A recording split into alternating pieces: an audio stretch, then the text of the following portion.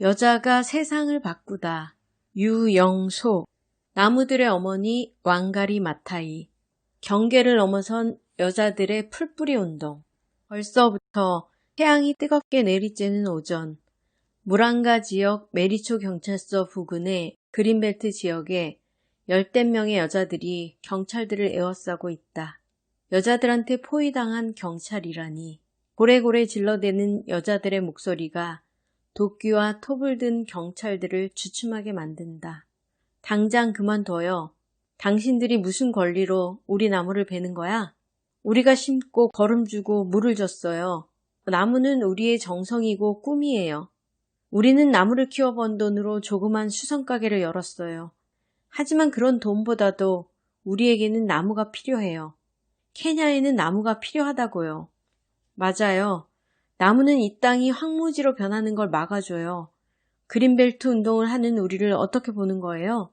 얼굴이 벌개진 경찰들이 화를 내며 긴 주먹으로 울러도 보지만 여자들은 조금도 물러설 기색이 없다. 아까부터 말이 없던 경찰 하나가 힘없이 도끼를 땅에 내려놓는다. 여자들은 남은 경찰들을 똑바로 쳐다본다.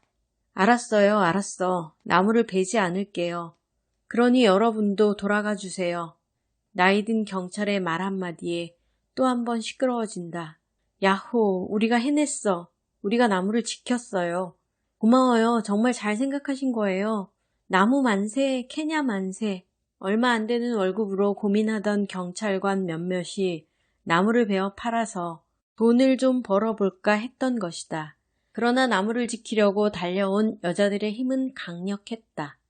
왕가리가 풀뿌리 운동이라고 이름 붙인 그린벨트 운동은 주로 케냐 여자들을 중심으로 펼쳐졌다. 여자들은 떼약볕 아래 앉아 교육 담당자들에게 그린벨트 운동이 어떻게 시작됐는지, 왜 나무를 심어야 하는지, 어린 나무들을 돌보면 자신에게 어떤 이익이 돌아오는지 자세히 듣고 배웠다. 그러니까 우리가 어린 나무를 심어서 잘 키우면 한 그루에 5케냐 실링을 쳐주겠다는 소리지요?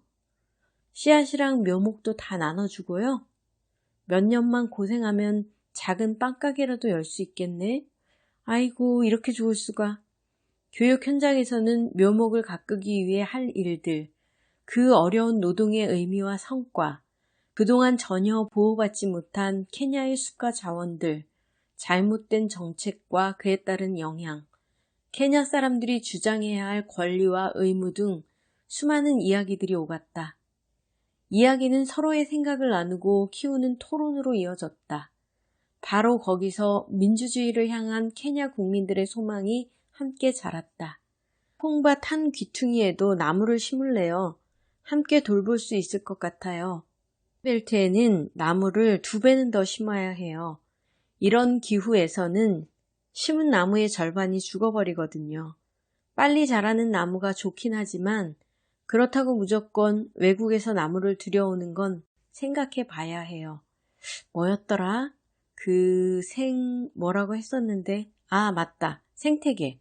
우리 생태계를 파괴할 수도 있대요. 그러니까 우리 토종 나무들을 많이 심자는 겁니다. 붉은 식칡백나무, 코디아 나무, 마하미아 나무, 포도나무랑 모과나무, 무화과나무, 그런 것들 말이에요. 나무가 이렇게나 중요한데 도대체 정부는 왜 그렇게 어리석지요? 나무를 베라고 마구 허가를 내주면 어떡해요? 그러니까 우리가 할 일은 나무를 심고 돌보는 데에만 그치는 게 아니에요. 우리의 숲을 지키기 위해 케냐의 경제와 물, 숲의 생태계를 연구하는 것도 우리가 해야 할 일이라고요. 물론이죠. 우리가 힘을 모아서 잘못된 이 나라의 정책까지 고쳐나갑시다. 그린벨트 운동은 자연스럽게 정부 정책에 대한 비판으로 이어졌고, 이를 눈치챈 모이 정부는 여러 가지 방법으로 왕가리를 괴롭혔다. 그리고 마침내 1989년 홈스타워 사건이 벌어지자 왕가리를 고문실로 끌고 갔다. 나이로비 시내에 있는 우후루 공원은 자동차들이 내뿜는 매연으로 오염된 이 도시의 공기를 걸러내는 녹색 허파이자 시민들의 휴식처였다. 이 우후루 공원의 숲을 없애고 62층짜리 케냐 타임스타워 빌딩을 짓겠다는 정부의 계획에 왕가리가 강력하게 반대하며 법원에 고소장을 낸 것이다. 고문실에 끌려온 왕가리에게 모이 대통령은 이렇게 말했다. 당신은 경계를 넘어섰어. 여자는 남자를 존중해야 한다는 아프리카의 관습을 까먹었다고. 머릿속에 벌레가 들어있는 게 틀림없어. 정부는 그린벨트 운동을 이혼하고 책임감 없는 여자들의 무리라고 부르면서 법원을 통해 왕가리의 모든 행동을 위법으로 판결 내리도록 명령했다. 법을 어긴 그린벨트 운동은 당장 금지되었고 곧 사무실마저 비우라는 명령이 떨어졌다. 그러나 모이 정부의 생각대로 되기에는 왕가리를 지키고 응원하는 눈이 너무 많았다. 세계 언론들이 이 사건에 주목하며 모이 정부의 부당함과 왕가리의 활동을 널리 알린 것이다. 이 정부는 타임스 타워 계획을 접을 수밖에 없었는데 이 일을 계기로 정부와 왕가리 양쪽 모두 한 가지씩 교훈을 얻게 되었다. 저 여자 생각보다 응원군이 많은걸? 전 세계적으로 알려진 환경운동가라니 우습게 보면 안 되겠어? 하는 깨달음이 정부의 것이었다면 언론의 도움을 받으면 법의 테두리 안에서 비폭력 저항을 한다면 우리가 이길 수도 있겠어. 아니, 우리가 이겨야 해 하는 다짐은 왕가리의 것이었다. 왕가리의 그린벨트 운동이 정부에 반대하는 본격적인 정치활동으로 발전하자 정부의 억압도 점점 강도를 더해갔다. 1992년과 1997년 선거에 나섰던 왕가리는 집, 사무실, 차, 유세장 그 어느 곳에서나 도청당했다.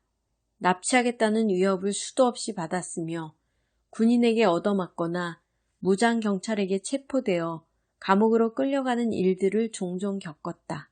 선거 결과는 늘 참혹한 패배였고 독재자의 강한 힘 앞에 무릎 꿇지 않기란 참으로 어려운 일이었다. 그는 감쪽같이 나를 죽일 수도 있다.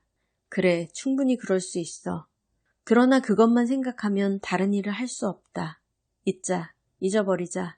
그러나 두려움은 잊을 수 있지만 외로움은 어떡하지? 나와 친구라는 이유로 협박당하는 주위 사람들을 보는 것도 괴롭지만 점점 혼자가 되어가는 나는 이제 어떻게 될까? 정말 두려운 것은 모이가 아니라 이 외로움일지도 몰라. 혼자가 된다는 두려움 때문에 왕가리는 더욱 우리가 함께 싸워야 한다고 믿었다.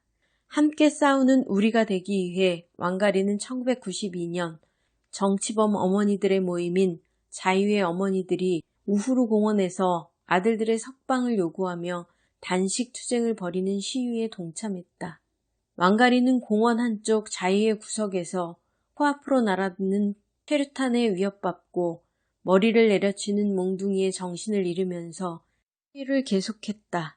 세계 언론들은 왕가리와 자유의 어머니들 이야기에 주목했고 그동안 한 번도 말하지 않았던 모이 정부의 고문실에 대해 자세히 보도하기 시작했다.